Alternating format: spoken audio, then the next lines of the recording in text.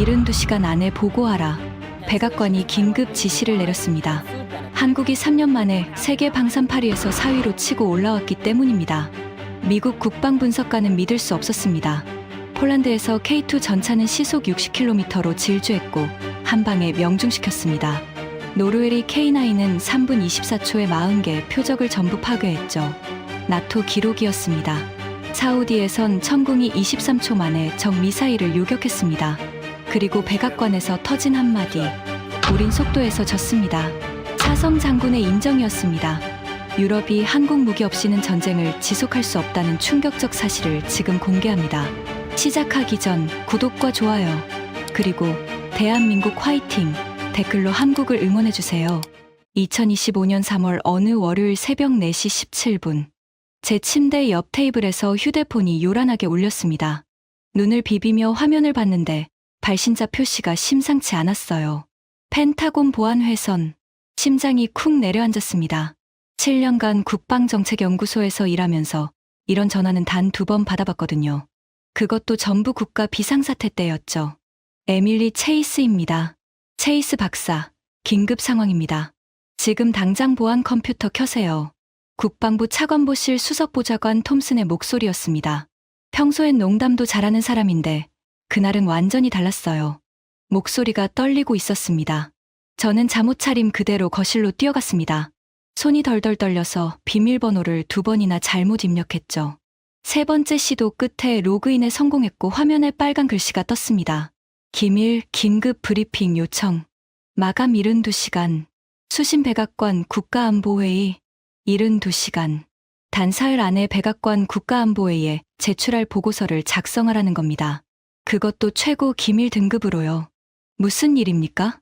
제 목소리도 떨렸습니다. 한국입니다. 한국이요? 순간 이해가 안 됐어요. 한국이 무슨 국가 안보 위협이란 말인가요? 파일 열어보세요. 지금 당장. 저는 첨부된 파일을 클릭했습니다. 그리고 제 눈을 의심했죠. 대한민국 방산 수출 분석. 2022년부터 2025년 긴급평가. 첫 페이지에 나온 숫자들이 믿기지 않았습니다. 세계 방산 수출 순위 8위에서 4위로 3년 수출액 210억 달러. 한화 약 29조 원 성장률 300% 3년간. 뭐라고요? 제 입에서 저도 모르게 말이 나왔습니다. 정확합니다. 우리도 3번 확인했어요. 톰슨이 말했습니다. 한국이 3년 만에 세계 4위? 이건 말도 안 됩니다. 그래서 당신이 필요한 겁니다. 체이스 박사, 당신은 우리 연구소에서 가장 객관적인 분석가예요. 감정 없이 데이터만 보는 사람이죠. 저는 스크롤을 내리며 계속 읽었습니다. 하지만 읽을수록 더 혼란스러웠어요. 폴란드 계약 30조 원, K2 전차 1000대, K9 자주포 672문, FA 50 전투기 48대, 천무 다연장 로켓 288기. 이게 전부 사실입니까? 스톡홀름 국제평화연구소, 제인스 디펜스, 모든 데이터가 일치합니다. 한국은 지금 유럽에서 독일을 제치고 있어요. 독일을요? 레오파르트를 만드는 그 독일 말인가요? 저는 손가락으로 관자놀이를 눌렀습니다. 두통이 오는 것 같았거든요. 그런데 왜 하필 저한테? 당신이 3년 전에 뭐라고 했죠? 한국 방산은 아직 이류라고. 기술은 있지만 시스템이 약하다고 했잖아요. 맞습니다. 제가 그렇게 썼죠. 2022년 제 논문 제목이 한국 방산의 한계 기술과 시스템 사이의 간극이었으니까요. 그래서 당신 눈으로 직접 확인해야 합니다. 뭐가 바뀐 건지, 우리가 놓친 게 뭔지. 72시간이면 목요일 오후 2시까지 백악관 국가안보회의 브리핑룸입니다. 늦으면 안 돼요. 전화가 끊겼습니다. 저는 화면을 멍하니 바라봤습니다. 커피가 마시고 싶어서 부엌으로 갔는데 손이 너무 떨려서 컵을 떨어뜨렸어요. 유리 깨지는 소리가 새벽 정적을 찢었죠. 창밖을 봤습니다. 워싱턴의 야경이 보였어요. 저 멀리 국회의사당 도미 조명을 받아 빛나고 있었죠. 하지만 그 순간 제 머릿속엔 오직 한 가지 생각뿐이었습니다. 한국이 4위라고? 저는 다시 컴퓨터 앞에 앉았습니다. 그리고 2번째 페이지를 펼쳤어요. 핵심 발견 사항. 러시아 우크라이나 전쟁 이후 유럽 10개국이 한국 무기 체계 도입. 나토 회원국 절반이 한국식 통신 규격 채택. 미국산 무기 대체율 폴란드 45%, 노르웨이 38%, 독일 대비 납기 속도 3배 빠름, 가격 경쟁력 서방, 무기 대비 평균 40% 저렴. 믿을 수가 없어. 하지만 제 눈앞의 데이터는 명확했습니다. 스톡홀름 국제평화연구소 수치, 제인스 디펜스 위클리 분석 보고서, 전부 같은 이야기를 하고 있었어요. 한국이 유럽 방산 시장을 재편하고 있다고요. 저는 노트북을 열어 추가 검색을 시작했습니다. 외신 기사들이 쏟아졌죠. 파이낸셜 타임스 한국, 유럽의 무기고가 되다. 로이터 푸틴의 전쟁에서 떠오른 서울의 방산 제국. 디펜스 뉴스 한국산 무기, 나토의 새로운 기준. 새벽 5시가 넘어가고 있었습니다. 72시간 중 이미 1시간이 지나간 거예요. 저는 빈 커피잔을 보며 생각했습니다. 3년 전 제가 썼던 논문이 완전히 틀렸다는 거요. 한국은 인류가 아니었습니다.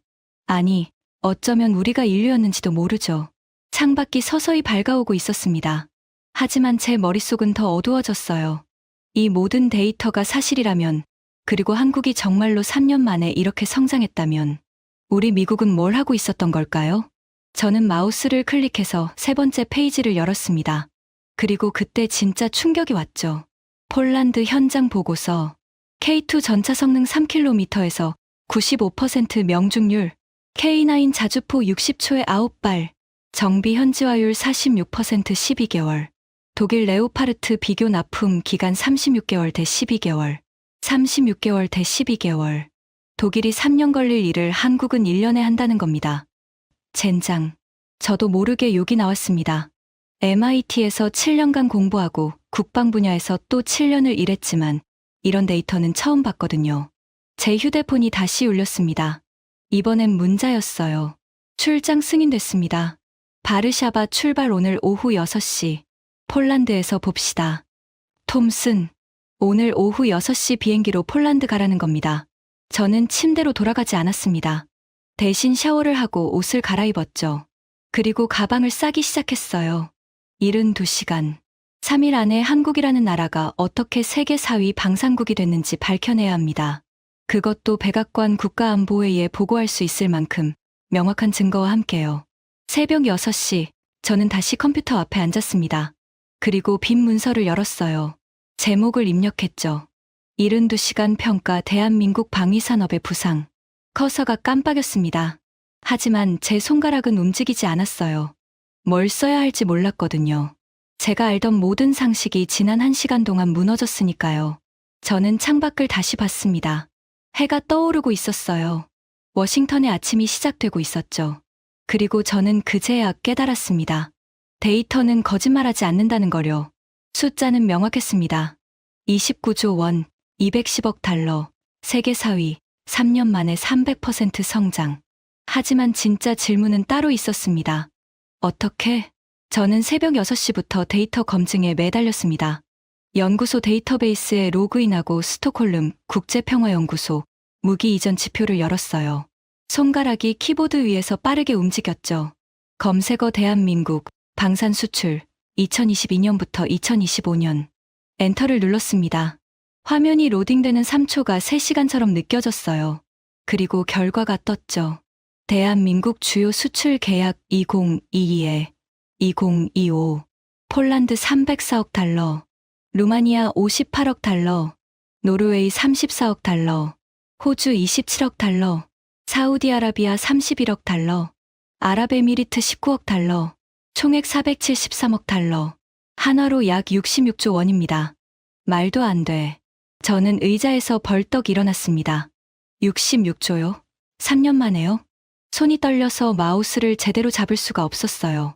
다시 앉아서 폴란드 계약 세부 내역을 클릭했습니다. 폴란드 대한민국 방산 계약 상세. K2 전차 1000대 계약액 145억 달러. 1차 납품 180대, 2023년 완료. 2차 납품 820대, 2027년까지. K9 자주포 672문 계약액 47억 달러. 1차 납품 212문 2024년 완료. 2차 납품 460문 진행 중. FA50 전투기 48대 계약액 31억 달러. 천무 다연장 로켓 288기 계약액 18억 달러. 2023년에 이미 180대를 납품했다고? 저는 화면을 다시 확인했습니다. 오타가 아니었어요. 한국은 계약 후 1년 만에 전차 180대를 폴란드에 보냈습니다. 비교를 위해 독일 데이터를 검색했어요. 독일 레오파르트 2 수출 이력, 평균 계약 납품 기간 36개월, 연간 최대 생산량 150대, 최근 주요 계약 폴란드 레오파르트 EH 2026년 납품 예정 36개월, 한국이 12개월에 180대를 보낼 때 독일은 계약서에 사인도 못 받는 시간입니다. 이게 어떻게 가능하지? 저는 한화디펜스 공장 데이터를 찾아봤습니다. 경남 창원에 있는 K2 전차 생산라인 정보였죠. 한화디펜스 창원 공장, 생산라인 3개, 월 생산량 최대 15대, 연간 생산 능력 180대, 가동률 2023년 기준 95%. 미쳤군. 한국은 공장을 풀가동해서 약속을 지킨 겁니다. 1년에 180대, 정확히 공장의 최대 생산량과 일치했어요. 하지만 독일은요? 라인메탈 공장 데이터를 열어봤습니다. 라인메탈 미넨 공장, 생산라인 2개, 월 생산량 최대 12대, 연간 생산 능력 144대, 가동률 2023년 기준 67%, 가동률이 67%요?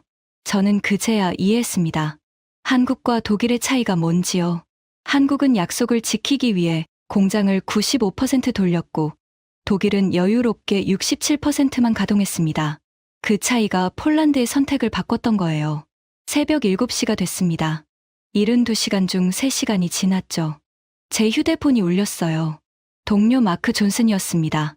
MIT 시절부터 알고 지낸 친구였죠. 에밀리, 미쳤어.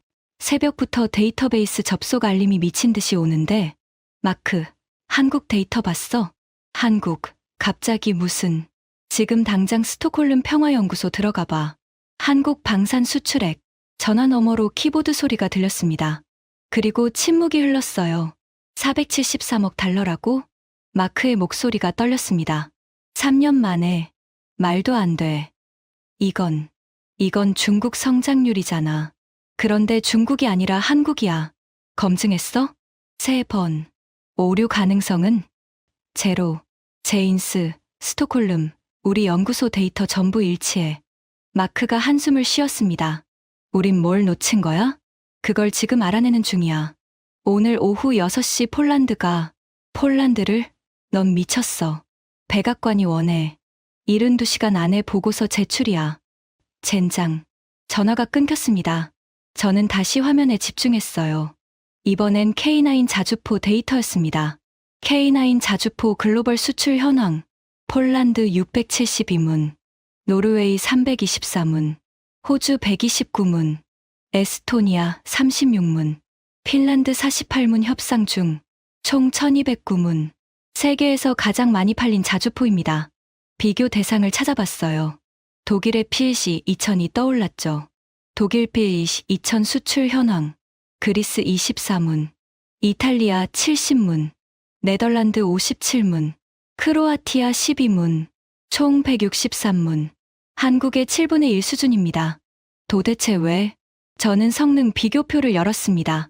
K9 디스플레이 2000 비교, 발사 속도, K9 분당 최대 9발, 배수 분당 최대 7발, 사거리, K9 최대 54km 유도탄 사용 시, 배수 최대 56km, 가격, K9 대당 약 55억 원, 배시 대당 약 89억 원.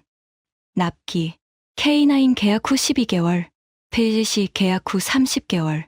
가격은 절반인데 납기는 3분의 1이야. 그리고 성능은 거의 동급이었습니다. 저는 의자 등받이에 몸을 기댔어요. 숨이 막혔거든요. 새벽 8시가 됐습니다. 저는 커피를 한 잔 더 내렸어요. 손은 여전히 떨리고 있었지만 이젠 흥분 때문이었습니다. 뭔가 거대한 걸 발견한 것 같았거든요. 책상으로 돌아와 FA50 전투기 데이터를 열었습니다. FA50 경전투기 수출 현황. 폴란드 48대 계약액 31억 달러, 말레이시아 18대, 이라크 24대, 태국 12대 협상 중, 필리핀 12대, 총 114대, 대당 가격 약 350억 원. 미국의 F-16과 비교해봤습니다. F-16 최신형 가격 대당 약 900억 원. 납기 48개월. 유지비 연간 대당 60억 원. FA 50. 대당 약 350억 원. 납기 24개월. 유지비 연간 대당 25억 원. 가격은 3분의 1인데 납기는 절반이었습니다. 이건 경쟁이 아니야. 저는 중얼거렸습니다. 이건 학살이야. 그 순간 제 이메일에 새 메시지가 도착했습니다. 톰슨이었어요. 제목 추가 자료, 긴급. 첨부 파일을 열었습니다. 나토 내부 보고서였죠. 나토 회원국 한국 무기 체계 도입, 현황 2025년 3월 기준. 한국식 통신 체계 채택 10개국, K9 자주포 운용 8개국, 한국산 방공 시스템 5개국, 한국 전차 도입 검토 7개국, 나토 회원국이 30개국인데 10개국이면 3분의 1입니다. 저는 화면을 멍하니 바라봤어요. 3년 전까지만 해도 한국은 나토 무기 체계에 발도 못 들이밀었습니다. 그런데 지금은 10개국이 한국 시스템을 쓰고 있어요. 시계를 봤습니다. 오전 8시 47분. 72시간 중 거의 5시간이 지났습니다. 그리고 저는 한 가지를 확신했어요. 제가 3년 전에 썼던 논문이 완전히 틀렸다는 거요. 한국은 이류가 아니었습니다. 오히려 속도와 가격에서 우리를 압도하고 있었어요. 하지만 진짜 충격은 그 다음이었습니다. 화면 오른쪽 하단에 작은 알림창이 떴거든요. 긴급 펜타곤 브리핑 소집, 오전 9시 30분. 40분 후였습니다. 저는 가방을 집어들었어요. 그리고 사무실을 나서며 생각했죠. 숫자는 거짓말하지 않는다고요. 하지만 왜 우리는 이 숫자들을 3년 동안 못 봤던 걸까요? 오전 9시 20분, 저는 펜타곤 정문을 통과했습니다. 보안 검색대를 지나며 가방 속 노트북이 엑스레이를 통과했죠. 경비원이 제 신분증을 3번이나 확인했어요. 국가안보 긴급 브리핑이시죠? 네. 3층 회의실 B입니다. 서두르세요.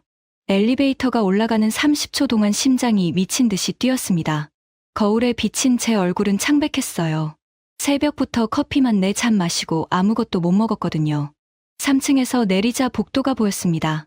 양쪽으로 늘어선 문들, 그리고 끝에 있는 회의실 B. 문 앞에 무장경비 2명이 서 있었어요. 에밀리 체이스 박사. 신분증을 보여줬습니다. 들어가세요. 이미 시작됐습니다. 문이 열렸습니다. 회의실 안은 침묵으로 가득했어요. 긴 테이블 주위로 6명이 앉아 있었죠. 맨 끝에 사성 장군 2명. 육군 참모차장 데이비드 해링턴과 합참 전략기획부장 리처드 맥도날드였습니다. 제가 지금껏 본 가장 높은 계급이었어요. 왼쪽엔 국방부 차관보 캐서린 월시. 오른쪽엔 제가 아는 얼굴들, 국방정책연구소 선임연구원 3명이 앉아 있었습니다. 늦어서 죄송합니다. 앉으세요. 해링턴 장군이 말했습니다. 목소리가 차갑게 가라앉아 있었어요. 저는 빈 의자에 앉았습니다. 테이블 위에 놓인 서류 더미가 보였죠. 제목이 눈에 들어왔어요. 대한민국 방산위협평가. 위협이라는 단어가 제 눈길을 붙잡았습니다. 체이스 박사. 월시 차관보가 입을 열었습니다. 오늘 새벽 당신이 접속한 데이터베이스 기록을 봤습니다. 한국 관련 자료만 147건 조회했더군요. 네, 검증 작업이었습니다. 결론은 모두 사실입니다. 회의실에 침묵이 흘렀습니다. 473억 달러 수출, 3년간 300% 성장, 나토 10개국 도입, 전부 확인했습니다. 해링턴 장군이 한숨을 쉬었어요. 젠장, 사성 장군이 욕을 하는 걸 처음 봤습니다. 우리가 3년 동안 뭘 한 겁니까? 맥도날드 장군이 테이블을 손으로 쳤습니다. 한국이 유럽 시장을 집어삼키는 동안 우리는 뭘 했어요? 우리도 몰랐습니다. 월시 차관보가 말했습니다. 2022년까지만 해도 한국은 8위였어요. 폴란드 계약이 터지기 전까진 아무도 주목하지 않았죠. 그게 변명이 됩니까? 해링턴 장군이 서류를 펼쳤습니다. 폴란드가 우리 에이브럼스 전차 대신 한국 K2를 선택한 게 2년 전입니다. 2년이에요. 우린 2년 동안 이걸 놓쳤단 말입니다. 저는 조용히 앉아 있었어요. 말을 꺼낼 타이밍이 아니었거든요. 더 큰 문제가 있습니다. 맥도날드 장군이 다른 서류를 꺼냈습니다.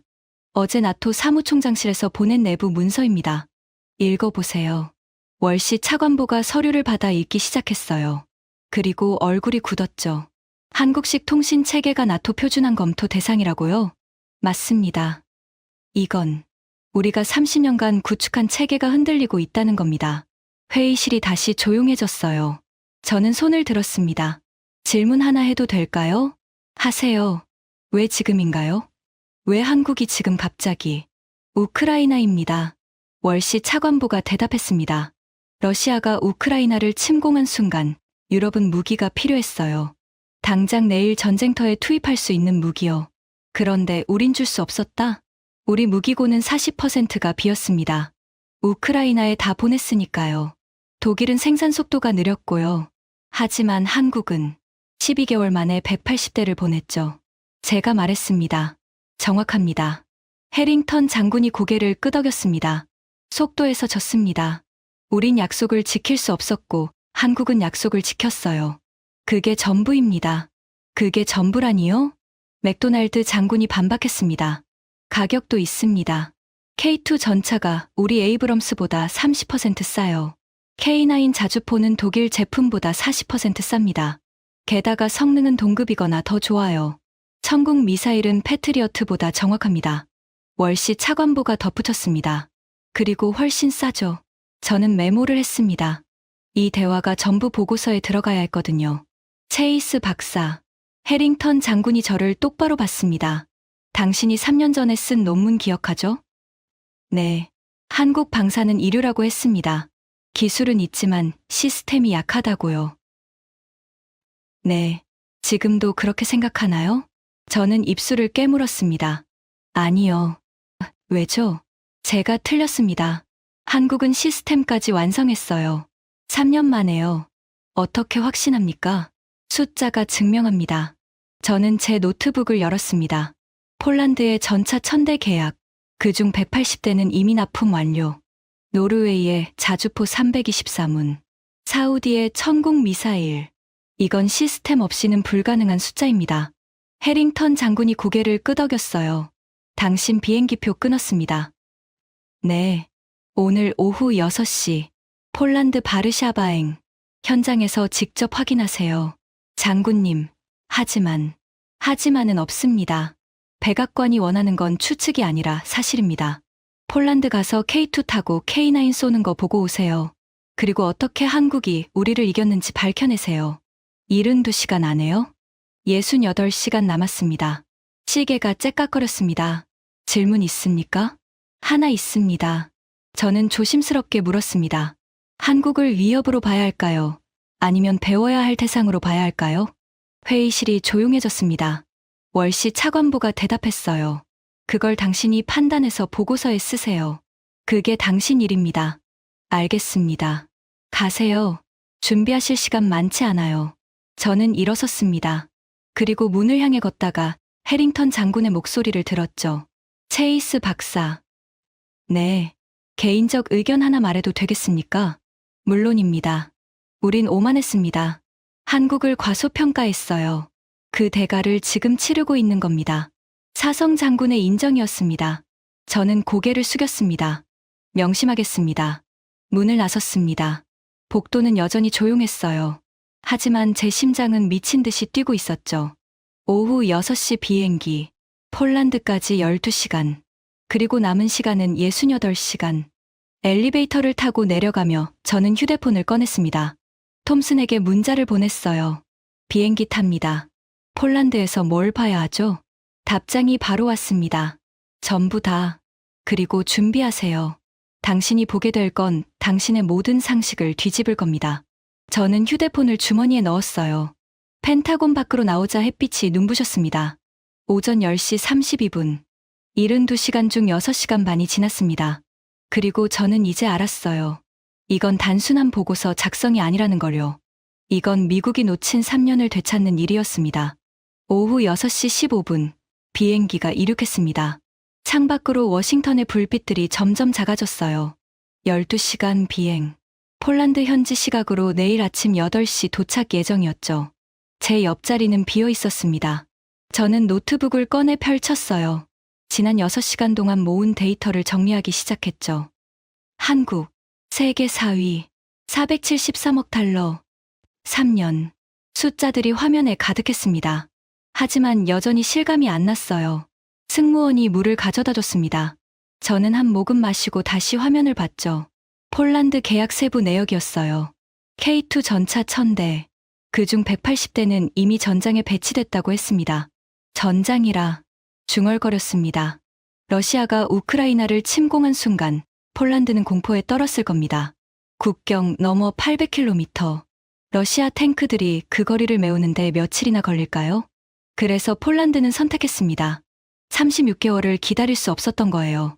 12개월 안에 줄 수 있는 나라. 한국. 비행기가 대서양 상공을 지나고 있었습니다. 창밖은 깜깜했어요. 저는 눈을 감았습니다. 하지만 잠이 오지 않았죠. 머릿속에 해링턴 장군의 목소리가 맴돌았거든요. 우린 오만했습니다. 사성 장군의 인정. 미국이 진 겁니다. 속도에서, 가격에서, 그리고 약속에서. 폴란드 현지 시각 오전 8시 23분, 비행기가 바르샤바 쇼펜 공항에 착륙했습니다. 착륙하는 순간 창밖으로 눈발이 날리는 게 보였어요. 3월인데 눈이라니. 저는 가방을 챙겨 비행기에서 내렸습니다. 차가운 공기가 얼굴을 때렸죠. 온도계가 영하 2도를 가리키고 있었어요. 입국 심사를 마치고 도착 게이트로 나오자 군복 입은 남자가 서 있었습니다. 30대 후반쯤 돼 보이는 폴란드 육군 장교였어요. 에밀리 체이스 박사님이십니까? 영어였지만 억양이 짙었습니다. 네, 맞습니다. 안톤 코발스키 대령입니다. 폴란드 육군 기갑부대 작전참모죠. 저를 따라오시죠. 악수를 했습니다. 그의 손은 거칠었어요. 감사합니다. 갑자기 연락드렸는데. 괜찮습니다. 당신네 국방부에서 어제 공문이 왔더군요. 최우선 협조하라고요. 우리는 공항을 빠져나와 주차장으로 갔습니다. 검은색 SUV가 대기하고 있었죠. 블라니보 기지까지 2시간 걸립니다. 편히 가세요. 차가 출발했습니다. 창밖으로 폴란드 평야가 펼쳐졌어요. 눈 덮인 들판, 멀리 보이는 마을들. 평화로워 보였지만 그 평화는 한국산 무기로 지켜지고 있었습니다. 대령님, 편하게 안톤이라 부르세요. 안톤, 질문 하나 해도 될까요? 얼마든지요. 왜 한국을 선택했나요? 독일 레오파르트가 더 유명한데. 안톤이 웃었습니다. 유명하죠. 하지만 느려요. 느리다는 게 2022년 2월 24일 러시아가 우크라이나를 침공했을 때 우린 패닉에 빠졌습니다. 우리가 다음 타겟일 수도 있었으니까요. 그의 목소리가 낮아졌습니다. 우린 즉시 무기를 찾아야 했어요. 독일에 연락했죠. 레오파르트 EH를 200대만 달라고요. 그래서요? 납기가 36개월이라고 하더군요. 3년이요. 3년 후면 전쟁이 끝나 있겠죠. 우리가 이겼든 졌든요. 저는 아무 말도 하지 못했습니다. 그 다음 날 한국 대사관에서 연락이 왔어요. 12개월 안에 180대 줄 수 있다고요. 처음엔 안 믿었습니다. 하지만 2023년 1월부터 오기 시작했어요. 한 달에 15대씩. 정확하게요. 12개월 후 우리 기지엔 180대의 K2가 서 있었습니다. 안톤이 저를 봤습니다. 약속을 지킨 거예요. 그게 전부입니다. 차는 계속 달렸습니다. 2시간이 지나고 기지 정문이 보였어요. 블라니보 육군 기지, 철조망과 초소, 그리고 눈 덮인 활주로. 멀리 전차들이 줄지어 서 있는 게 보였죠. 도착했습니다. 차에서 내렸습니다. 차가운 바람이 얼굴을 때렸어요. 손이 시려왔죠. 저기 보이십니까? 안톤이 손가락으로 가리켰습니다. 회색빛 전차 수십 대가 넓은 광장에 정렬돼 있었어요. 포탑과 긴 포신, 그리고 옆면에 선명한 번호들. K2입니다. 처음 보는 한국산 전차였습니다. 생각보다 작은데요? 제가 말했습니다. 에이브럼스보다는 작죠. 하지만 기다려보세요. 우리는 전차에 가까이 갔습니다. 눈을 밟는 소리만 들렸어요. 한 대의 K2 앞에 섰습니다. 가까이서 보니 생각보다 컸어요. 포신이 제 키의 2배는 돼 보였죠. 만져보시겠어요? 안톤이 웃으며 말했습니다. 저는 장갑에 손을 댔어요.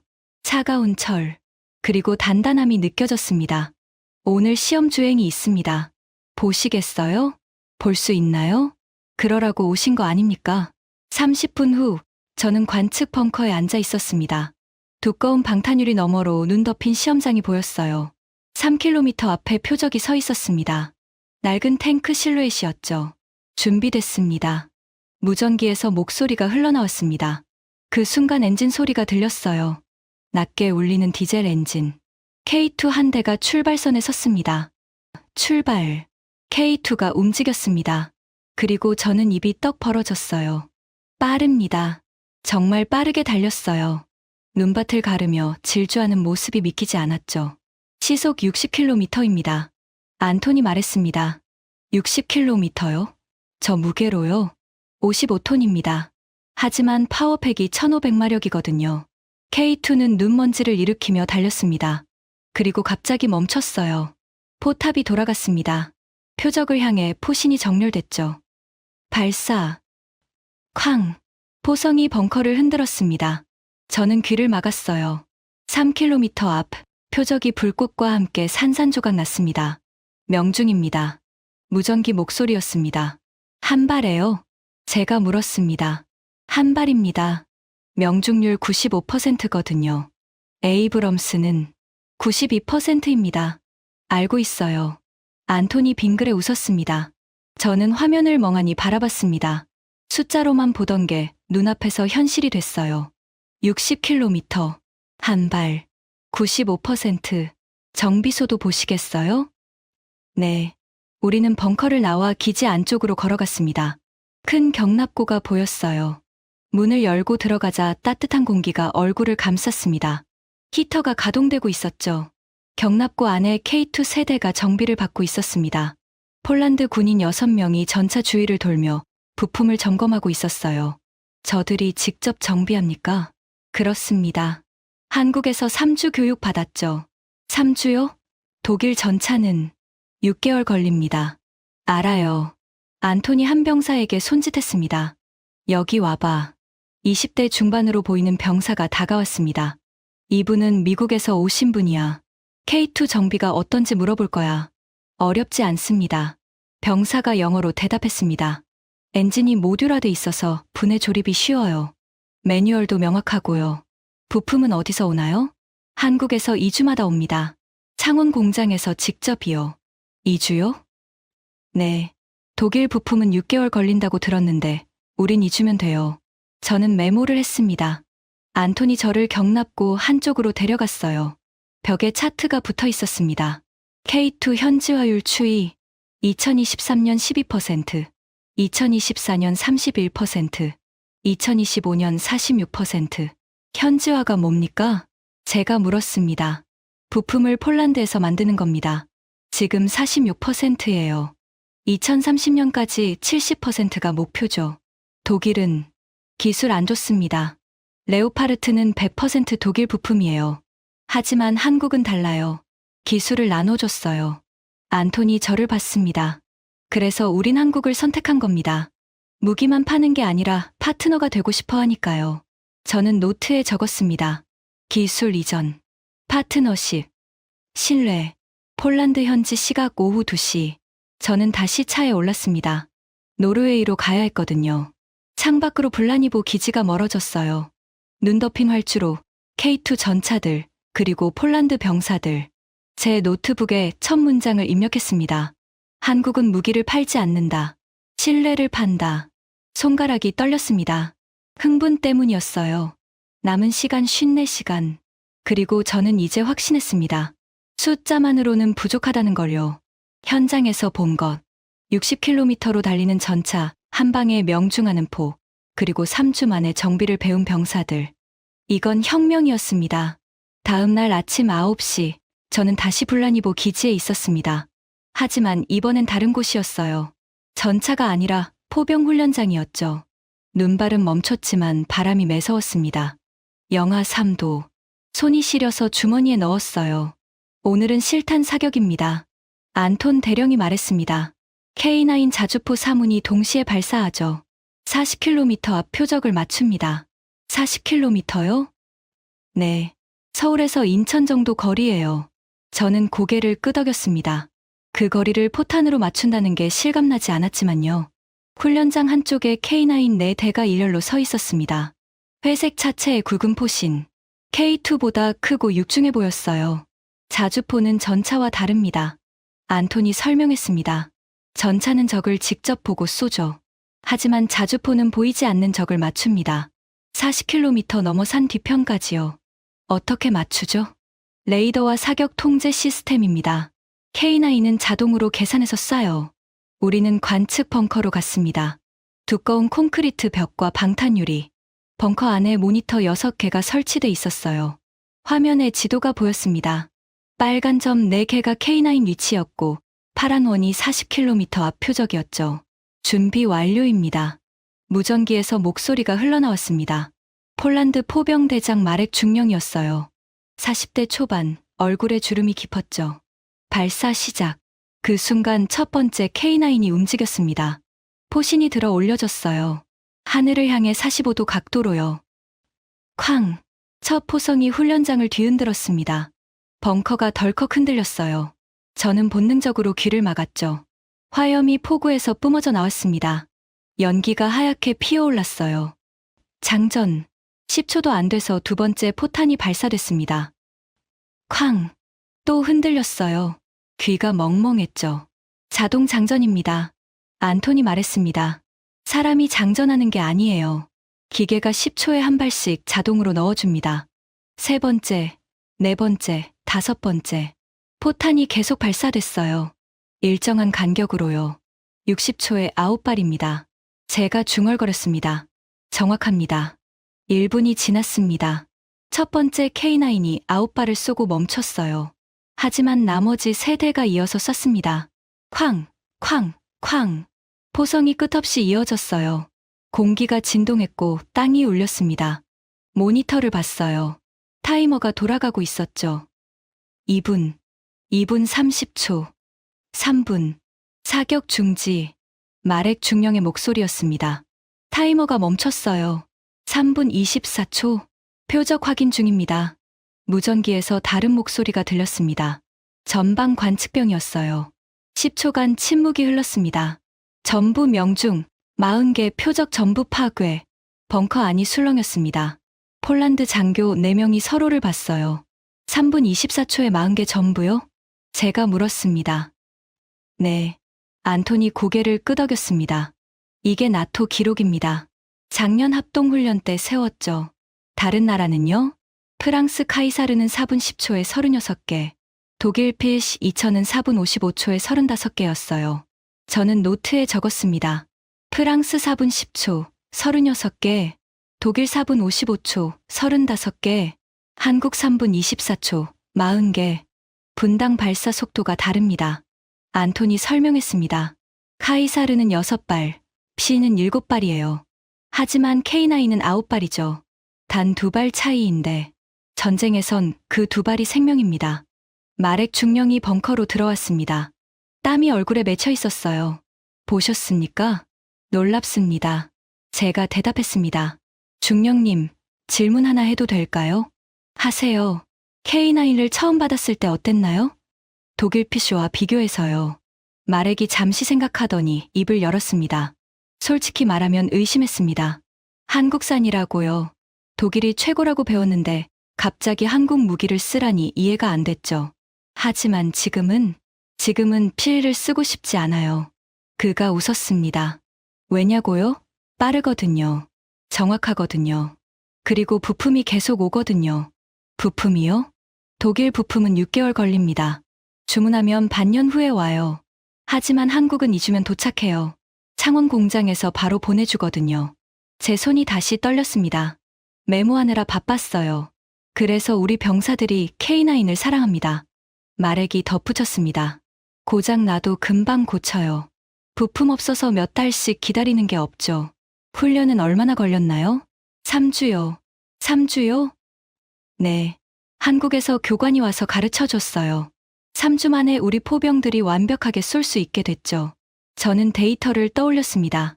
독일 필시 교육은 6개월이었어요. 독일은 6개월 걸립니다. 알아요.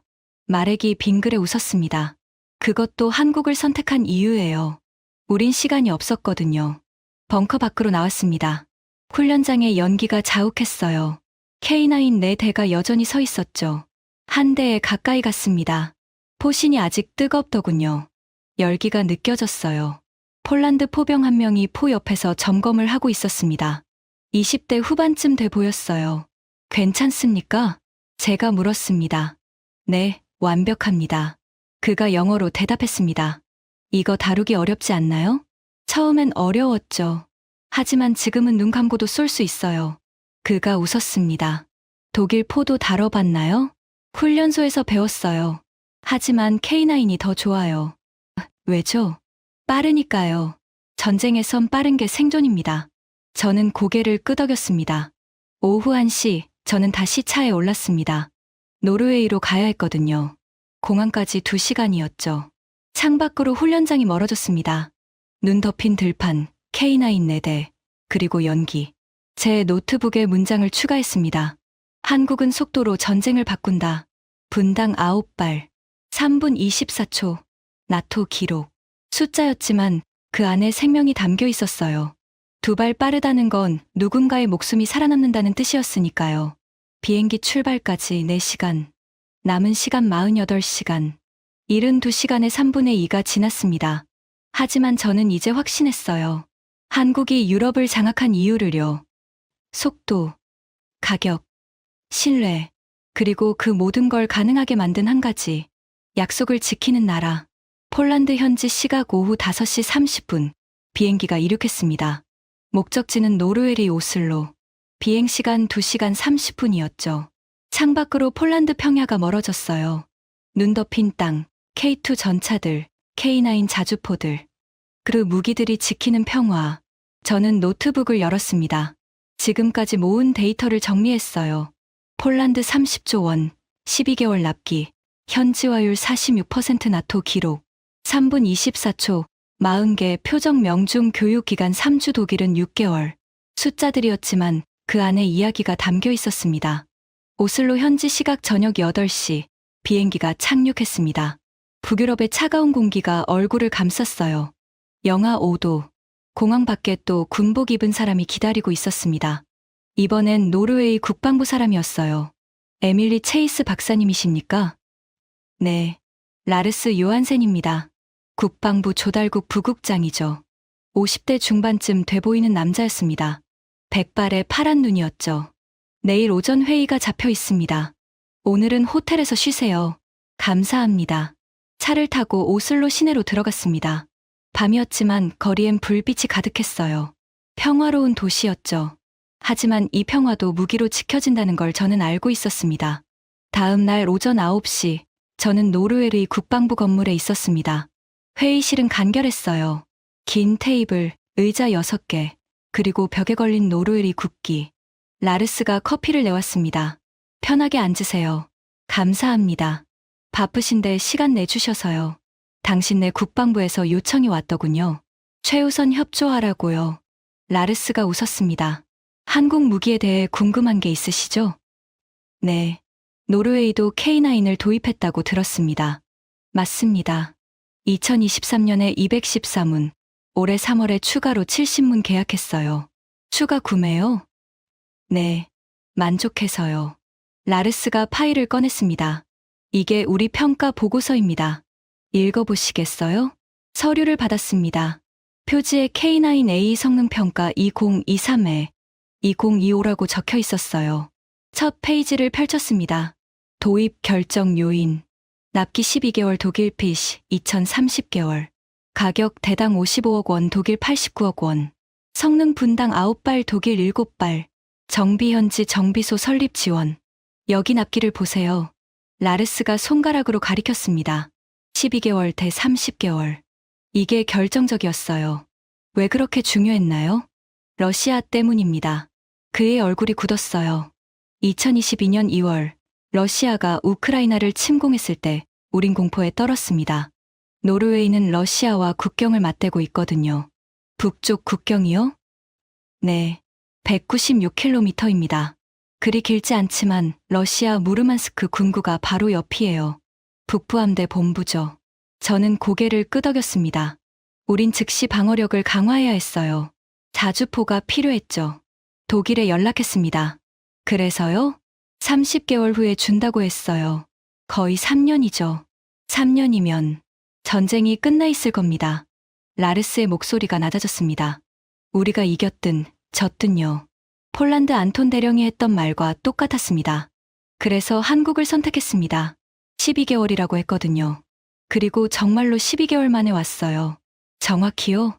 정확히요. 2023년 4월 계약, 2024년 4월 첫 인도. 딱 12개월이었습니다. 저는 메모했습니다. 하지만 가격만 보고 산 건 아니에요. 라르스가 덧붙였습니다. 한국은 우리에게 뭔가 더 줬거든요. 더요? 파트너십입니다. 그가 다른 서류를 꺼냈어요. 한국-노르웨이 방산협력협정. 이게 뭡니까? 기술협력 약정이에요.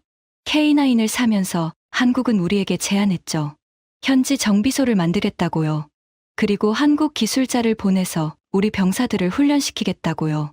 독일은 그런 거 안 했나요? 독일은 무기만 팔아요. 정비는 알아서 하라고 하죠. 부품도 독일에서만 사야 하고요. 라르스가 웃었습니다. 하지만 한국은 달랐어요. 정비소 설립을 도와줬고 지금도 한국 기술자 2명이 노르웨이에 상주합니다. 2명이요? 네. 트로네임 기지에 있어요. 우리 병사들 가르치고 정비 지원하죠. 저는 또 메모했습니다. 그래서 올해 70문을 추가로 샀습니다. 만족해서요? 만족을 넘어서 신뢰하니까요. 라르스가 커피를 한 모금 마셨습니다. 독일 무기는 좋습니다. 성능이 훌륭하죠. 하지만 우린 파트너가 필요했어요. 위기 때 함께할 사람들이요. 한국이 그런 파트너다? 그렇습니다. 한국은 우리를 고객이 아니라 동맹으로 대해요. 회의실이 조용해졌습니다. 저는 노트를 봤어요. 폴란드에서도 똑같은 말을 들었죠. 파트너십, 동맹, 신뢰. 이게 한국이 유럽을 장악한 진짜 이유였습니다. 한 가지 더 보여드릴 게 있습니다. 라르스가 일어났습니다. 따라오세요. 우리는 국방부 건물을 나와 주차장으로 갔습니다. 차를 타고 30분을 달렸어요. 도착한 곳은 군기지였습니다. 트로네임 해군 기지라는 팻말이 보였죠. 정문을 지나 안쪽으로 들어갔습니다. 넓은 창고 건물이 보였어요. 여기가 정비소입니다. 문을 열고 들어갔습니다. 창고 안에 K9 세대가 정비를 받고 있었어요. 노르웨이 군인 5명과 동양인 2명이 함께 작업하고 있었죠. 저 2분이 한국에서 온 기술자입니다. 라르스가 손짓했습니다. 한국인 2명이 다가왔어요. 30대 초반쯤 돼 보였습니다. 안녕하세요. 한국말이었습니다. 저는 영어로 대답했어요. 안녕하세요. 에밀리 체이스입니다. 미국에서 왔어요. 아, 미국 분이시군요. 김태연입니다. 한화디펜스에서 왔습니다. 여기서 뭘 하시나요? 정비 지도하고 있습니다. 노르웨이 병사들한테 K9 다루는 법 가르쳐 주죠. 얼마나 계실 건가요? 2년 계약이에요. 올해가 1년 차고요. 저는 놀랐습니다. 2년이나 파견을 나온 거예요. 힘들지 않으세요? 가족도 있으실 텐데. 힘들죠. 하지만 이게 제 일이에요. 김태연이 웃었습니다. 우리 무기를 쓰는 사람들이 제대로 쓸 수 있게 도와주는 거. 그게 제 역할입니다. 저는 가슴 어딘가가 찌릿했습니다. 무기를 팔고 끝나는 게 아니라 사람을 보내서 함께 한다는 것. 이게 한국식이었습니다. 오후 2시, 저는 다시 공항으로 향했습니다. 다음 목적지는 사우디아라비아였어요. 차 안에서 노트북을 열었습니다. 문장을 하나 더 추가했죠. 한국은 무기가 아니라 사람을 보낸다. 남은 시간 42시간. 저는 창밖을 봤습니다. 오슬로 거리가 지나갔어요. 평화로운 도시. 하지만 그 평화를 지키는 건 196km 떨어진 국경의 K9이었습니다. 12개월. 독일이 30개월 걸릴 일을 한국은 12개월에 해냈어요. 그 차이가 누군가의 생명을 구한다는 걸 저는 이제 알았습니다. 속도는 숫자가 아니었어요. 속도는 생존이었습니다. 노르웨이 오후 4시, 저는 오슬로 공항에 있었습니다. 다음 비행기는 사우디아라비아 리야드행. 경유 포함 10시간 비행이었어요. 탑승구에 앉아 노트를 정리했습니다. 폴란드 K2 속도, 노르웨이 K9 파트너십, 사우디 천궁 신뢰, 세 나라, 세 가지 무기, 하나의 메시지. 한국은 약속을 지킨다. 비행기가 이륙했습니다. 창밖으로 북유럽에 눈 덮인 땅이 멀어졌어요. 그리고 10시간 후엔 사막이 기다리고 있을 거였죠. 사우디 현지 시각 다음 날 새벽 4시, 리야드 공항에 착륙했습니다. 비행기 문이 열리는 순간 뜨거운 공기가 밀려 들어왔어요. 영하 5도에서 영상 28도로 숨이 막혔습니다. 공항을 빠져나오자 사막의 열기가 얼굴을 감쌌어요. 새벽인데도 덥더군요. 낮엔 얼마나 뜨거울까요? 체이스 박사님, 영어였습니다. 중동식 억양이었어요. 네, 압둘라 알사드 대령입니다. 왕립 공군 방공사령부죠. 40대 초반쯤 돼 보이는 사우디 공군 장교였습니다. 선글라스를 끼고 있었어요. 오늘 오전에 천궁 시스템을 보실 겁니다. 준비되셨죠? 네. 차를 타고 시내를 벗어났습니다. 고속도로를 따라 북쪽으로 1시간을 달렸어요. 창밖으론 끝없는 모래 언덕이 펼쳐졌습니다. 태양이 떠오르기 시작했죠. 하늘이 주황빛으로 물들었어요. 여기가 타브크 공군 기지입니다. 멀리 철조망과 건물들이 보였습니다. 사막 한가운데 세워진 군사 기지였어요. 정문을 지나 안쪽으로 들어갔습니다. 넓은 광장에 커다란 차량 4대가 서 있었어요. 저게 천궁입니다. 압둘라가 손가락으로 가리켰습니다. 회색 차량이었습니다. 트럭 위에 발사대가 올려져 있었고 미사일 8발이 장착돼 있었죠. 미사일 한 발당 사거리가 40km입니다. 40km요? 네. 그리고 요격 고도는 20km까지예요. 저는 고개를 끄덕였습니다. 속도는 마하 4.5, 초속 1.5km죠. 빠르네요. 매우 빠릅니다. 그래서 적 미사일을 잡을 수 있어요. 우리는 천궁 차량에 가까이 갔습니다. 가까이서 보니 더 컸어요. 미사일 하나가 제 키만 했죠. 레이더를 보시겠어요? 압둘라가 다른 차량을 가리켰습니다. 육각형판 4개가 회전하고 있었어요. 천천히 돌면서 하늘을 감시하고 있었죠. 저게 다기능 레이더입니다. 360도 전방향을 동시에 봐요. 동시에요? 네. 그리고 최대 18개 표적을 동시에 추적합니다. 저는 메모했습니다. 패트리어트는 어떻습니까? 제가 물었습니다. 미국의 패트리어트. 30년간 세계 방공의 기준이었죠. 패트리어트도 좋습니다. 압둘라가 대답했습니다. 하지만 천궁이 더 정확해요. 더요? 요격 성공률이 97%예요. 패트리어트는 90% 정도죠. 7% 차이. 하지만 그 7%가 누군가의 목숨일 수 있었습니다. 그리고 가격도 있습니다. 압둘라가 덧붙였습니다. 천궁이 40% 줍니다. 40%요? 네. 패트리어트 PAC-3 미사일이 발당 50억 원인데 천궁은 30억 원이에요. 저는 계산했습니다. 발당 20억 원 차이. 100발이면 2천억 원. 그래서 우리가 한국을 선택했습니다. 중국 제안도 있었다고 들었는데요. 제가 조심스럽게 물었습니다. 압둘라가 잠시 말이 없었어요. 그러더니 입을 열었죠. 중국 HQ-9도 고려했습니다. 가격이 더 쌌거든요. 하지만 신뢰할 수 없었어요. 그의 목소리가 낮아졌습니다. 중국은 무기를 팔지만 정치를 같이 팔아요. 우리가 뭘 하든 간섭하려고 하죠. 하지만 한국은 다릅니다. 어떻게요? 한국은 무기만 팔아요. 우리 내정엔 관심이 없죠. 그리고 약속을 지킵니다. 약속이요? 2023년 계약했을 때 2024년 6월까지 준다고 했어요. 정확히 2024년 6월 3일에 첫 시스템이 도착했습니다. 압둘라가 웃었습니다. 중국이었으면 2년은 걸렸을 겁니다. 그리고 중간에 뭔가 문제를 만들었겠죠. 저는 또 메모했습니다. 시험을 보시겠습니까?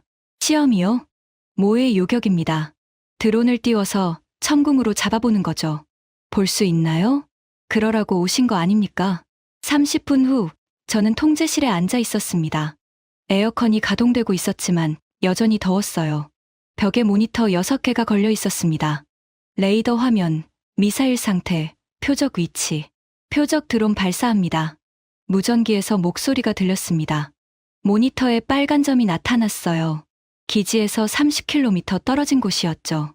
고도 5km, 속도 마하 0.8, 접근 중. 빨간 점이 움직였습니다. 기지를 향해 날아오고 있었어요. 천궁 시스템 가동. 레이더가 돌기 시작했습니다. 화면에 녹색 원이 그려졌어요. 탐지 범위였죠. 빨간 점이 녹색 원 안으로 들어왔습니다. 표적 포착. 거리 28km. 발사 준비. 긴장됐습니다. 심장이 빠르게 뛰었어요. 발사. 모니터에 파란 점이 나타났습니다. 천공 미사일이었어요. 파란 점이 빨간 점을 향해 날아갔습니다. 속도가 엄청났죠. 10초, 20초, 요격 성공. 모니터에서 빨간 점이 사라졌습니다. 통제 시에 박수가 터졌어요. 사우디 공군 장교들이 환호했죠. 거리 17km에서 요격했습니다. 압둘라가 말했습니다. 발사 후 23초 만이에요. 23초. 적 미사일이 날아오는 걸 발견하고 23초 만에 잡았습니다. 한 번 더 해보시겠어요? 이번엔 동시에 3개요. 3개요? 천궁은 동시 요격이 가능합니다. 두 번째 시험이 시작됐어요. 이번엔 드론 3대가 동시에 날아왔습니다. 모니터에 빨간 점 3개, 전부 포착. 발사. 파란 점 3개가 날아갔습니다. 15초, 20초, 전부 요격 성공. 빨간 점이 모두 사라졌어요. 저는 입이 떡 벌어졌습니다. 3개를 동시에 잡았어요. 실패 없이요. 97% 성공률의 의미를 아시겠죠? 압둘라가 저를 봤습니다. 100발 쏘면 97발이 맞는다는 겁니다. 우리 도시를 지킬 수 있어요. 저는 고개를 끄덕였습니다. 오후 2시 통제실을 나왔습니다. 사막의 햇빛이 눈부셨어요. 선글라스를 껴도 눈이 부셨죠. 계약 금액이 얼마였죠? 제가 물었습니다. 1조 4,770억 원입니다. 천궁 발사대 48기, 미사일 432발이에요. 큰 돈이네요. 하지만 그 돈으로 우리 하늘을 샀습니다. 압둘라가 하늘을 봤어요. 리야드, 제다, 메카. 우리 도시들이 이제 안전해요. 한국이 만든 방패 아래에 있으니까요. 저는 메모했습니다. 한국은 하늘도 판다. 공항으로 돌아가는 차 안에서 노트북을 열었습니다. 폴란드 땅, 노르웨이 포, 사우디 하늘. 한국은 땅과 하늘을 전부 커버하고 있었습니다. 남은 시간 36시간. 반이 조금 넘었습니다. 하지만 저는 이제 알았어요. 한국이 어떻게 세계 4위가 됐는지를요. 속도, 가격, 성능, 그리고 그 모든 걸 하나로 묶는 한 가지. 약속. 12개월이라고 하면 12개월에 준다. 97%라고 하면 97%를 맞춘다. 숫자가 아니라 신뢰였습니다. 비행기가 이륙했습니다. 창밖으로 사막이 멀어졌어요. 다음 목적지는 한국이었습니다. 평택. 모든 것이 만들어지는 곳. 사우디에서 한국으로 가는 직항은 없었습니다. 두바이를 경유해야 했어요. 저녁 8시 비행기로 두바이까지 3시간, 그리고 새벽 비행기로 인천까지 9시간. 총 12시간이었습니다. 저는 두바이 공항 호텔에 체크인했어요. 새벽 비행기까지 5시간. 잠깐이라도 자야 했죠. 하지만 잠이 오지 않았습니다. 침대에 누워 천장을 봤어요. 지난 사흘간 본 것들이 머릿속을 맴돌았죠. 폴란드의 K2, 60km로 질주하는 전차. 노르웨이의 K9, 3분 24초에 40개 표적. 사우디의 천궁, 23초 만에 적 미사일 요격. 숫자들이었지만 그 안에 생명이 담겨 있었습니다. 저는 다시 일어났습니다. 노트북을 꺼내 책상에 앉았어요. 보고서를 쓰기 시작했죠. 대한민국 방위산업 긴급평가. 손가락이 키보드 위를 움직였습니다. 한국은 3년 만에 세계 8위에서 4위로 올랐다. 수출액 210억 달러. 폴란드, 노르웨이, 사우디를 비롯한 유럽과 중동 시장을 장악했다. 타이핑을 멈췄습니다. 뭔가 빠진 것 같았어요. 어떻게 이렇게 빨리 성장했을까? 한국은 30년 전만 해도 무기를 만들지 못했습니다. 전차도, 자주포도, 미사일도 전부 수입했죠. 그런데 지금은 세계 4위. 도대체 뭐가 있었던 거지? 중얼거렸습니다.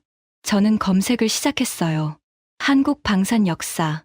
1990년대부터 2000년대까지 자료들이 쏟아졌습니다. 그리고 한 단어가 눈에 들어왔죠. 불곰 사업. 클릭했습니다. 한러 군사기술협력 사업 1992에 1997. 불곰. 읽기 시작했어요. 1991년 소련 붕괴. 러시아는 경제 위기에 빠졌고 군수 공장들이 문을 닫기 시작했습니다. 그때 한국이 제안했죠. 돈을 줄 테니 기술을 달라고요. 러시아는 동의했습니다. 15억 달러의 T-80 전차 기술, 보병 전투차 기술, 그리고 자주포 설계를 넘겼어요. 15억 달러. 한화로 약 2조 원이었습니다. 한국은 그 기술로 K1 전차를 개량했습니다. 그리고 K2를 설계했죠. 저는 계속 읽었어요. 러시아 기술자 127명이 한국에 왔습니다. 5년간 한국 엔지니어들을 가르쳤어요. 엔진, 장갑, 포탑, 사격 통제 시스템, 전차 만드는 법을 전부 알려준 겁니다. 스승이 제자를 가르쳤구나. 중얼거렸습니다. 그리고 30년 후 제자가 만든 K2가 우크라이나 전선에서 러시아 전차를 상대하고 있었습니다. 가슴 어딘가가 먹먹해졌어요. 저는 다른 검색을 했습니다. 러시아 전차 T-72, T-90점. 사진들이 나왔어요. 우크라이나 전장에서 파괴된 러시아 전차들, 포탑이 날아가고 차체가 불타는 모습들, 그리고 그 옆엔 폴란드 K2가 서 있었습니다. 역사의 아이러니네. 손가락이 떨렸어요. 1992년 러시아는 한국을 도왔습니다. 돈이 필요했고 한국은 기술이 필요했죠. 서로에게 이익이 되는 거래였어요. 하지만 2022년 러시아가 우크라이나를 침공했을 때 폴란드는 공포에 떨었습니다. 자신들이 다음 타겟일 수 있었으니까요. 그래서 폴란드는 무기를 찾았고 한국이 응답했습니다. K2 전차. 러시아 기술로 배운 한국이 만든 전차. 스승이 적이 됐고 타이핑했습니다.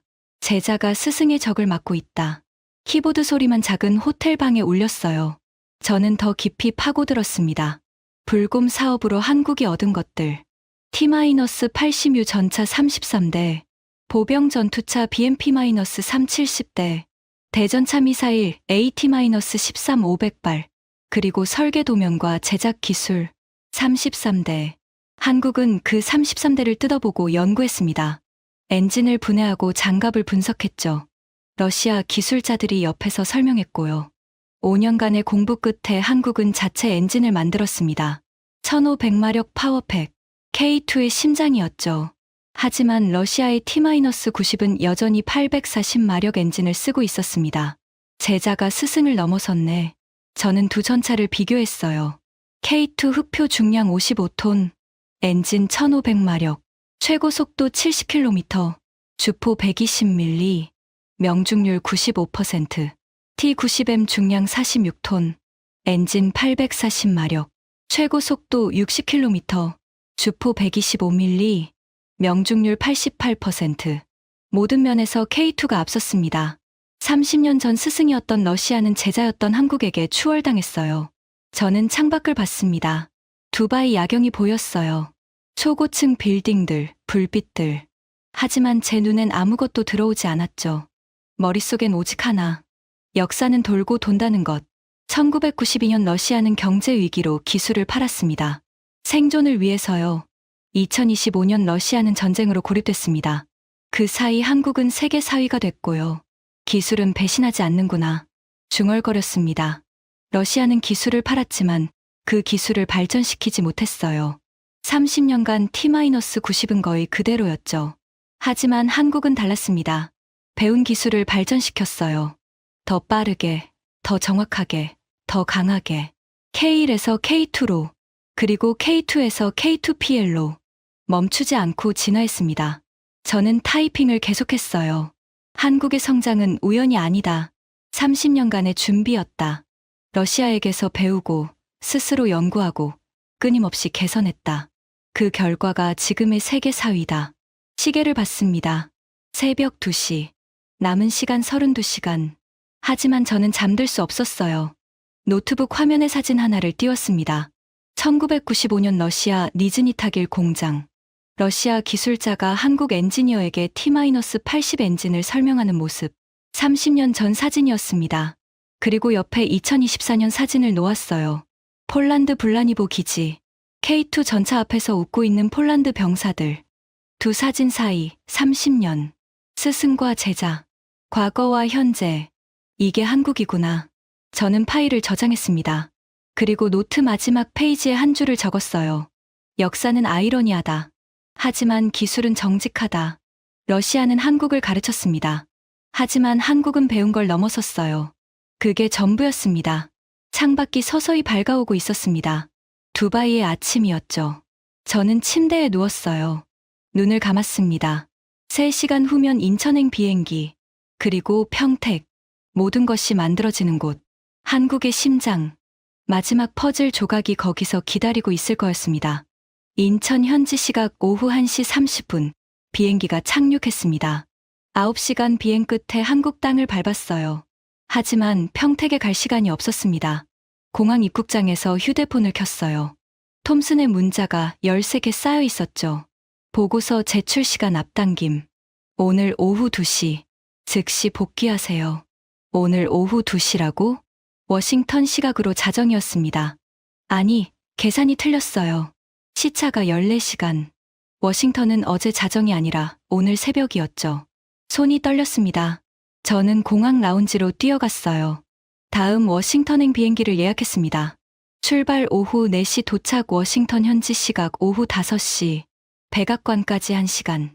오후 6시 도착. 4시간 늦는다. 하지만 선택지가 없었습니다. 저는 라운지 책상에 앉아 노트북을 열었어요. 보고서를 완성해야 했죠.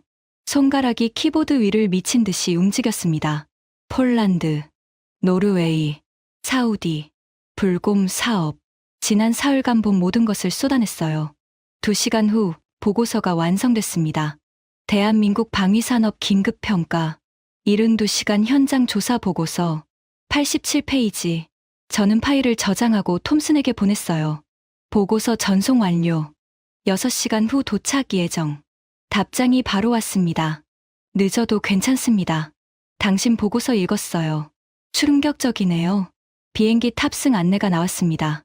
저는 가방을 들고 게이트로 향했어요. 워싱턴 현지 시각 오후 5시 47분 덜레스 공항에 착륙했습니다. 72시간 중 71시간이 지났습니다. 저는 샤워도 못하고 공항 택시를 잡았어요. 백악관까지 직행이었죠. 백악관 서관 입구로 가주세요. 급하십니까? 매우요. 택시가 고속도로를 질주했습니다. 창밖으로 워싱턴 시내가 보였어요. 석양빛에 물든 건물들. 국회의사당 돔이 빛나고 있었죠. 사흘 전 이 도시를 떠났을 때와 똑같은 풍경이었습니다. 하지만 제 안은 완전히 달라져 있었어요. 오후 6시 32분 택시가 백악관 앞에 멈췄습니다. 저는 돈을 던지고 뛰었어요. 서관 입구 보안 검색대를 통과했죠. 체이스 박사, 기다리고 계셨습니다. 경비원이 말했습니다. 회의실 어디죠? 2층 루즈벨트 룸입니다. 엘리베이터 타세요. 2층으로 올라갔습니다. 복도 끝에 문이 보였어요. 루즈벨트 룸이라는 팻말이 붙어 있었죠. 문을 열었습니다. 회의실 안은 조용했어요. 긴 테이블 주위로 15명이 앉아 있었습니다. 전부 정장 차림이었죠. NSC 국가안보보좌관, 국방장관, 합참의장, 국무부 차관, 그리고 펜타곤에서 봤던 해링턴 장군도 보였어요. 죄송합니다. 늦었습니다. 제 목소리가 떨렸습니다. 앉으세요. NSC 보좌관 로버트 체인버스가 말했습니다. 60대 초반, 백발의 날카로운 눈빛이었어요. 저는 빈 의자에 앉았습니다. 가방에서 노트북을 꺼냈죠. 보고서 읽었습니다. 체인버스가 입을 열었습니다. 87페이지. 인상적이더군요. 감사합니다. 하지만 읽는 것과 듣는 건 다릅니다. 직접 말해주시죠. 72시간 동안 뭘 봤습니까? 저는 심호흡을 했어요. 한국은 경쟁자가 됐습니다. 회의실이 조용해졌습니다. 3년 만에 세계 8위에서 4위로 올랐어요. 수출액 210억 달러. 폴란드, 노르웨이, 사우디를 포함한 15개국에 무기를 팔고 있습니다. 우리도 압니다. 국방장관이 끼어들었습니다. 우리가 알고 싶은 건 어떻게입니다. 어떻게 이렇게 빨리 성장했죠? 세 가지입니다. 저는 노트북을 열었어요. 첫째, 속도. 한국은 12개월 안에 납품합니다. 독일이 36개월 걸릴 때 한국은 12개월이에요. 폴란드가 한국을 선택한 이유입니다. 화면에 슬라이드가 떴습니다. 납기 비교. 한국 K2 12개월, 독일 레오파르트 36개월, 미국 에이브럼스 48개월. 48개월이요? 한 참모가 놀란 목소리로 말했습니다. 네, 우리가 가장 느립니다. 침묵이 흘렀어요. 둘째, 가격. 한국 무기는 서방 무기보다 평균 40% 쌉니다. 하지만 성능은 동급이거나 더 좋아요. 다음 슬라이드. 가격 비교. K2 전차 85억 원. 레오파르트 EA7 127억 원, 에이브럼스 에미레이 135억 원. 셋째, 신뢰. 한국은 약속을 지킵니다. 12개월이라고 하면 정확히 12개월에 줘요. 그리고 기술을 이전합니다. 기술 이전이요? 체인버스가 눈썹을 치켜 세웠습니다. 네. 폴란드의 경우 현지화율이 46%예요. 한국은 기술을 나눠줍니다. 우리나 독일은 절대 안 하는 일이죠. 저는 다음 슬라이드를 넘겼어요. 폴란드 블라니보 기지 사진. K2 전차들이 줄지어 서 있었죠. 제가 직접 봤습니다. K2는 시속 60km로 달리고 3km에서 95% 명중률을 보였어요. 다음은 K9 사진. K9은 분당 9발을 쏩니다. 독일 BC는 7발이에요. 3분 24초에 40개 표적을 전부 명중시켰습니다. 이건 나토 기록입니다. 마지막은 천궁 사진. 천궁 미사일은 요격 성공률 97%예요. 우리 패트리어트는 90%죠. 그리고 가격은 40% 쌉니다. 저는 노트북을 닫았어요. 결론입니다. 한국은 우리보다 빠르고 싸고 신뢰할 수 있습니다. 그래서 유럽이 한국을 선택했어요. 회의실에 무거운 침묵이 흘렀습니다. 해링턴 장군이 입을 열었어요. 우리가 진 겁니까? 아직은 아닙니다. 제가 대답했습니다. 하지만 지금처럼 가면 질 겁니다. 대안이 있습니까? 체인버스가 물었습니다. 배워야 합니다. 뭐요? 속도를요. 한국은 공장을 95% 가동해서 약속을 지킵니다. 우리는 67%만 돌려요. 한국은 2주 만에 부품을 보냅니다. 우리는 6개월 걸리고요. 저는 회의실을 둘러봤습니다. 한국이 특별한 게 아닙니다. 우리가 게을렀던 거예요. 국방장관이 한숨을 쉬었어요.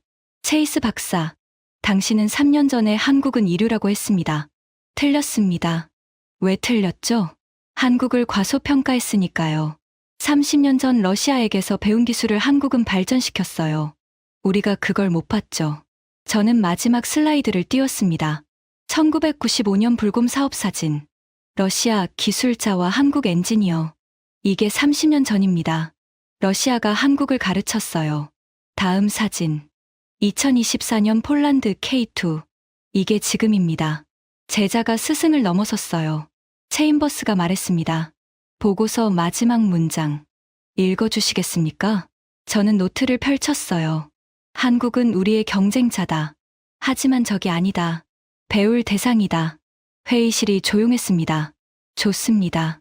체인버스가 고개를 끄덕였습니다. 보고서 채택하겠습니다. NSC에 상정할게요. 저는 의자에서 일어났습니다. 다리가 후들거렸어요. 수고했습니다. 체이스 박사. 밖으로 나왔습니다. 복도는 조용했어요. 시계를 봤습니다. 오후 7시 24분. 72시간 하고도 4시간이 더 지났습니다. 저는 백악관 밖으로 걸어 나왔어요. 저녁 공기가 시원했죠. 워싱턴의 불빛들이 반짝이고 있었습니다. 하지만 제 머릿속엔 다른 풍경이 보였어요. 폴란드의 눈, 노르웨이의 포, 사우디의 하늘, 그리고 한국. 72시간이 제 모든 걸 바꿔놓았습니다. 일주일 후, 목요일 오전. 저는 다시 제 사무실 책상에 앉아 있었습니다. 워싱턴 D.C. 국방정책연구소 3층. 창밖으로 포토맥 강이 보이는 작은 공간이었죠. 책상 위엔 신문이 쌓여 있었어요. 워싱턴 포스트 한국, 미국 방산시장 위협 하나, 뉴욕타임스 백악관 긴급 보고서, 한국 방산 경쟁력 경고, 월스트리트 저널 펜타곤, 한국식 납품 시스템 검토 착수.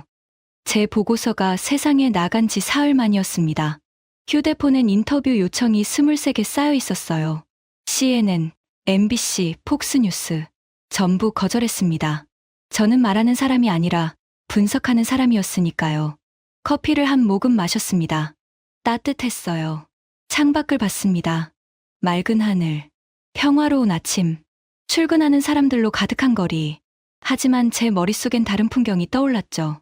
폴란드 블라니보 기지, 눈 덮인 활주로를 질주하던 K2 전차, 안톤 대령이 했던 말, 한국은 약속을 지킨다. 노르웨이 트로네임 기지, 정비소에서 땀 흘리던 한국 기술자 김태연, 그가 했던 말, 우리 무기를 쓰는 사람들이 제대로 쓸 수 있게 돕는 게 제 역할입니다. 사우디 타브크 기지, 사막 한가운데서 미사일을 발사하던 천궁. 압둘라 대령의 말. 한국은 우리 내정엔 관심이 없어요. 그냥 약속을 지키죠. 72시간. 그 짧은 시간이 제 모든 걸 바꿔놓았습니다. 저는 서랍을 열었어요. 3년 전 제가 쓴 논문이 들어 있었죠. 한국 방산의 한계 기술과 시스템 사이의 간극. 표지를 봤습니다. 그리고 웃었어요. 얼마나 오만했던 걸까요? 한국은 이류가 아니었습니다. 시스템이 약한 것도 아니었어요. 오히려 반대였죠. 한국은 우리보다 빠른 시스템을 가지고 있었습니다. 12개월 납기, 2주 부품 배송, 3주 교육 과정. 우리가 느렸던 겁니다. 노트북을 열었습니다. 스랩 파일을 만들었어요. 제목을 입력했죠. 한국식 방산 모델, 미국이 배워야 할 것들. 커서가 깜빡였습니다. 저는 타이핑을 시작했어요. 한국의 성공은 기술이 아니라 철학에서 나온다. 고객이 아니라 파트너를 만든다는 철학. 무기가 아니라 신뢰를 판다는 철학. 그리고 약속은 반드시 지킨다는 철학. 손가락이 키보드 위를 움직였습니다. 폴란드에서 저는 전차를 봤다. 하지만 그 전차를 움직이는 건 기름이 아니라 신뢰였다. 노르웨이에서 저는 자주포를 봤다. 하지만 그 포를 관리하는 건 부품이 아니라 사람이었다. 사우디에서 저는 미사일을 봤다. 하지만 그 미사일을 선택한 이유는 성능이 아니라 약속이었다. 창밖을 다시 봤어요. 포토맥 강물이 천천히 흘러가고 있었습니다. 한국은 30년 전 러시아에게서 배웠다. 하지만 배운 것에 만족하지 않았다. 발전시키고, 개선하고, 넘어섰다. 스승을 존경하되 스승을 넘어서는 것. 그게 진짜 배움이다. 제 휴대폰이 울렸습니다. 톰슨이었어요. 에밀리, 펜타곤에서 연락 왔습니다. 후속 연구 의뢰예요. 무슨 연구죠? 한국 방산 생산 시스템 분석. 어떻게 12개월 안에 전차 180대를 만드는지 알아내래요. 언제까지요? 6개월 프로젝트입니다. 할 수 있겠어요? 저는 웃었습니다. 물론이죠. 좋아요. 계약서 보낼게요. 전화가 끊겼습니다. 저는 의자에 등을 기댔어요. 6개월. 충분한 시간이었습니다. 하지만 이번엔 달랐어요. 72시간의 긴급 조사가 아니라 제대로 된 연구였죠. 평택 공장도 가보고 창원 공장도 방문하고 하나와 LG, 삼성 임원들도 만나볼 수 있을 겁니다. 그리고 한국이 어떻게 혁명을 일으켰는지 완전히 밝혀낼 거예요. 저는 다시 타이핑을 시작했습니다. 미국은 졌다. 하지만 끝난 게 아니다. 우리는 배울 수 있다. 한국이 30년 전 러시아에게서 배웠듯이 우리도 지금 한국에게서 배울 수 있다. 그게 진짜 강함이다. 책상 서랍에서 사진 하나를 꺼냈어요. 폴란드에서 찍은 것이었습니다. K2 전차 앞에서 웃고 있는 폴란드 병사들. 그들 손엔 태극기가 들려 있었죠. 약속을 지키는 나라. 중얼거렸습니다. 그게 한국이었습니다. 무기를 만들지만 전쟁을 원하지 않는 나라. 평화를 팔지만 힘을 가진 나라. 속도로 경쟁하지만 신뢰로 이기는 나라. 저는 파일을 저장했습니다. 그리고 마지막 문장을 추가했어요. 이건 전쟁이 아니다. 혁명이다. 그리고 한국이 그 혁명을 시작했다. 시계를 봤습니다. 오전 10시 47분. 일주일 전 이맘때 저는 폴란드 훈련장에 있었어요. K9이 포탄을 쏘는 걸 보고 있었죠. 하지만 지금은 다시 워싱턴. 제 자리, 제 책상, 제 일. 창밖에서 햇빛이 들어왔습니다. 따뜻했어요. 저는 커피를 마지막으로 한 모금 마셨습니다. 그리고 새로운 연구를 시작했죠. 한국, 30년 만에 세계를 바꾼 나라. 이제 저는 알고 싶었습니다. 그들이 다음엔 뭘 할지를요. 지금까지 미국 국방분석가 에밀리 체이스가 72시간 동안 목격한 한국 방산의 충격적인 진실이었습니다. 약속을 지키는 나라, 속도로 생존을 만드는 나라, 파트너십으로 세계를 바꾸는 나라. 대한민국의 이야기였습니다. 이 영상이 도움이 되셨다면 구독과 좋아요 부탁드립니다. 여러분의 작은 응원이 더 좋은 콘텐츠를 만드는 큰 힘이 됩니다. 지금까지 감동테라였습니다. 감사합니다.